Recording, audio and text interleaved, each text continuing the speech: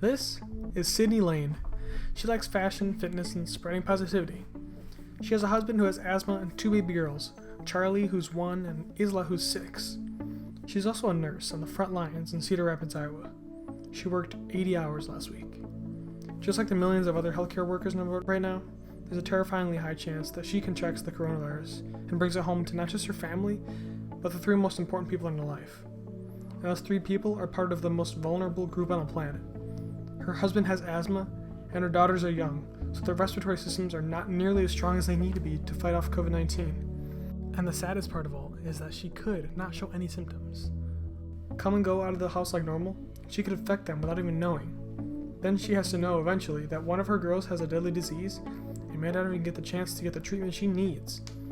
And Sydney would have to carry that guilt with her into work the next day, with nothing she can do. This is just one possibility, obviously, but that's the key word. It's very possible. This may seem far-fetched, but it's already happened. These exact scenarios are happening in our country, but because it hasn't happened directly before our eyes, we decided to be complacent in helping the cause. Healthcare workers are working days at a time, not seeing their family, not sleeping, not getting the care that they themselves need.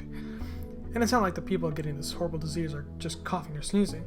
They're suffering, gasping for air that their lungs can't get, dangerously high fevers, migraines, immune system shutdowns. It's not a pretty picture, to say the least.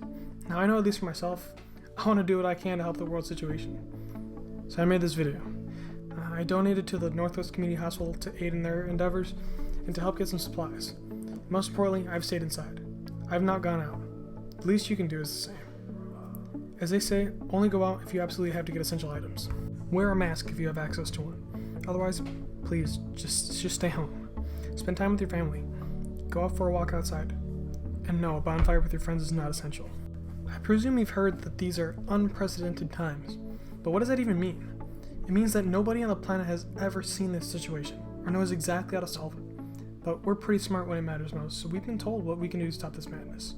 The least we can do is listen to the people telling us. So if you someday want to go back to school, or go to that concert you've been dying to, or visit that city you've always wanted to do, just do your part. It's pretty easy compared to what others have to do to help. I know for me, I want to get back to playing soccer and shooting my vlogs, so yeah, we gotta do what we gotta do, man. Just stay home.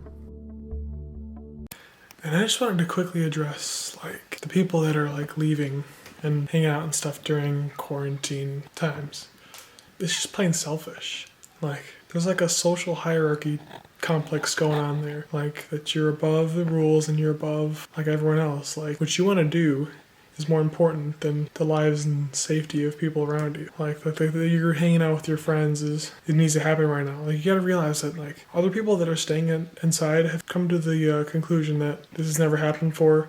We have to take steps that we wouldn't normally take in a normal life. A normal life, yeah, you go hang out with your friends. This is not normal. It's the people that we're staying in, you don't think we want to hang out with our friends too, but we realize it, man. Sorry, I don't want to sound like I'm complaining. I just wanted to address it real quick. It's really annoying a lot of people. Hey, thank you for watching. I really appreciate it. I hope you learned something or got something from this video. If you want to hear a story that Sydney Lane put on Instagram, I'm going to voice it over and tell it to you guys right here in a minute. I broke down and cried today. I cried of exhaustion, of defeat. Because after 4 years of being an ER nurse, I suddenly feel like I know nothing. Because my face hurts after wearing an N95 for 13 hours, which happens to be the same N95 mask I wore yesterday for 12 and a half hours, and the same one from all last week. I don't know how many times I've heard the statement, but if this is what you signed up for, just know. I signed up to take care of sick patients, yes.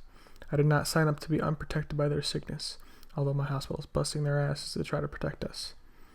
I did not sign up to be yelled at by angry patients because our government failed to be prepared. I did not sign up to risk mine and my family's health and safety because people wanted to go on their vacations after they said not to. An ER nurse in New York died today of COVID-19. He was in his 40s and had very mild asthma. That's it. This is not just a tall tale, this is the real risk.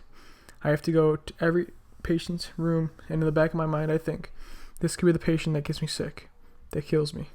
This could be the patient that gives me the virus I bring home to my children or asthmatic husband. This is my new reality. But this is only the beginning. We haven't even scratched the surface of the impact of what this illness is going to make on our country. And I was scared.